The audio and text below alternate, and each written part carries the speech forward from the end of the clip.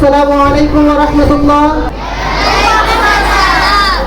আপনারা এসেছেন আপনাদের সন্তানদের পরীক্ষার ফলাফল নিতে, আর আমরা আজকে রেডি আছি আপনাদের সন্তানদের পরীক্ষার ফলাফল দিতে ইনশাআল্লাহ।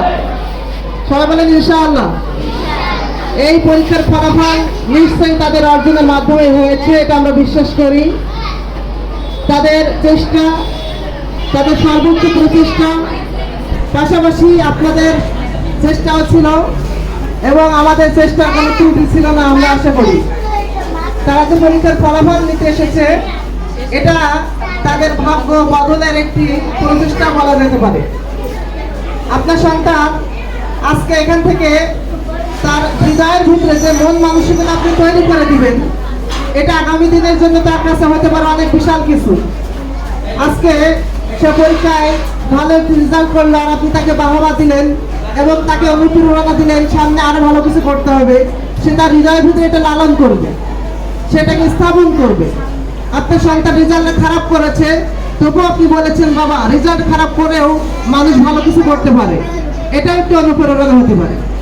আপনার সন্তান ভালো ফলাফল করবে মানে যে ভালো কিছু হবে, আর রেজাল্ট খারাপ করবে তার মানে যে সে ভালো কিছু করতে পারবে না, এই ধরনের অবশ্যই ভুল। এই পৃথিবীতে আপনি দেখবেন যারা সফল হয়েছে তারা ছাত্র জীবনে হয়তো বা বেশি ভালো লেখাপড়া করার সুযোগ তারা পাননি। আমি যদি একজন কবির কথা বলি, বাংলাদেশের জাতীয় কবিকে সবাই বলে, যারা বলে জাতীয় কবি কাজী নজরুল ইসলাম, তার ডিগ্রি ছিল কি? লেখাপড়া করেছেন 8 পর্যন্ত নাকি? আমি এই কথা বলে তাকে ছোট করতে চাচ্ছি না। কাজী নজরুল ইসলাম ছিল অবহেলিত, তার একটা নামও ছিল। কি নাম দেখি, কে বলতে পারেন? জি, সুখ মিয়া। ও আচ্ছা, দুঃখ মিয়া। তার মানে যারা সুখে থাকে তাদেরকে দুঃখ মিয়া বলে ডাকে নাকি? না, এই দুঃখ মিয়ার জীবনে অনেক দুঃখ ছিল, তাই তাকে সবাই দুঃখ মিয়াই বলে ডাকতো। এমনকি সে হোটেলে কাজ করেছে, রুটি তৈরি করেছে। আজকে সেই দুঃখ মিয়ার কবিতা পড়তে যে বিশ্ববিদ্যালয়ের স্যারদের দাঁত ভেঙে যায়। আজকে সেই ব্যক্তিকে নিয়ে পিএইচডি অর্জন করা হয়, সেই ব্যক্তিকে নিয়ে রিসার্চ করা হয়, সেই ব্যক্তির লেখা নিয়ে আজকের সারা বিশ্বের মানুষ তাকে নিয়ে চিন্তা করে, তাকে নিয়ে গবেষণা করে। তাহলে বোঝা যাচ্ছে আপনার সন্তান আজকের পরীক্ষায় ভালো রেজাল্ট করবে, আর আপনি এটা ভেবে নিয়েছেন যাক আমার ছেলে ভালো কিছু হয়ে গেছে, মাশাআল্লাহ।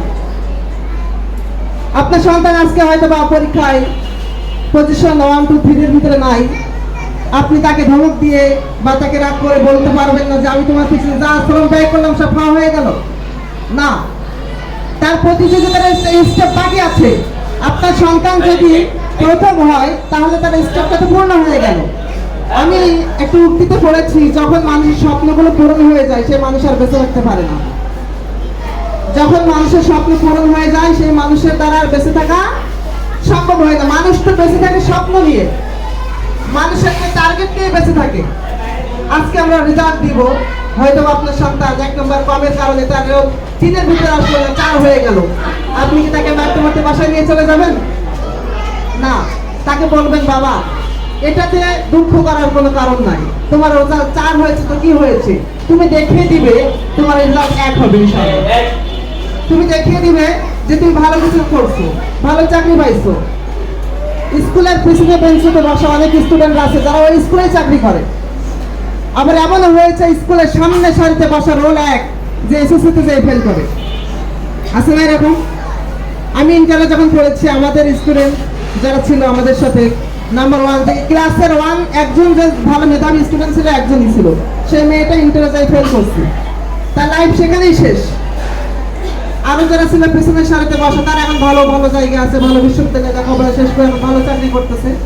তাহলে একজন বাবা মা এবং শিক্ষক একজন ছাত্রের জন্য অনেক বেশি ভূমিকা রাখতে পারে। আপনার সন্তানের শ্রেষ্ঠ শিক্ষক কিন্তু আপনারাই, এটা অঘোষিত হলে এটা সত্য।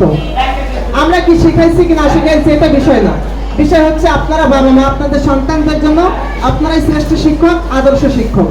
সুতরাং আমরা শুধুমাত্র একাডেমিক শিক্ষাটা তাদের দেই, একটা প্ল্যানের মধ্যে রাখি, কিন্তু বাহ্যিক সকল যে দিকগুলো রয়েছে সেটাই আপনারা শেখান তাদেরকে। কিভাবে চলতে হবে, কিভাবে বড় হতে হবে, কি করতে হবে না করতে হবে সবগুলো। তো আপনারা যারা এখানে এসেছেন অবশ্যই আশাহত হবেন না, যারা যে ফলাফল নেবেন না কেন সেটা নিয়ে সন্তুষ্ট থাকবেন এবং তার উপরে ডিপেন্ড করে আপনার সন্তানকে তৈরি করে দেখাবেন যে স্যার আমার ছেলে তো সেদিন এক হতে পারে নাই, দোয়া করবেন আজকে সে অমুক বিশ্ববিদ্যালয়ে চান্স পেয়েছে, তাহলে সে তখন ভালো কিছু করতে পারবে ইনশাআল্লাহ। সবাই বলেন ইনশাআল্লাহ, যারা বলেন ইনশাআল্লাহ। আপনার সন্তান ভালো কিছু করুক, এটা আমরাও চাই। আপনার সন্তান দেশ ও জাতির কল্যাণে অবশ্যই ভালো কিছু করুক, সেটা আমরাও চাই। আমরা তাদেরকে সহযোগিতা করব, তাদেরকে পরামর্শ দিব। আজকে এখানে রেজাল্ট ঘোষণা হবে, পুরস্কার দেওয়া হবে। সর্বশেষ একটা কথা বলতে চাই, আমাদেরও একটি হাসরের ময়দান আছে, কি আমাদের মাঠ আছে, সেখানে আমাদের বিচার করা হবে। আর সেই বিচারের দিনে আমাদের রেজাল্ট পাবলিশ করা হবে, হবে কিনা? সেই বিচারের মাঠে আমাদের রেজাল্ট ফলাফল ঘোষণা করা হবে। এবং সেদিন যদি কেউ জাহান্নামী হয়ে যায়, সেদিন কি আফসোস করে কোনো লাভ আছে? না।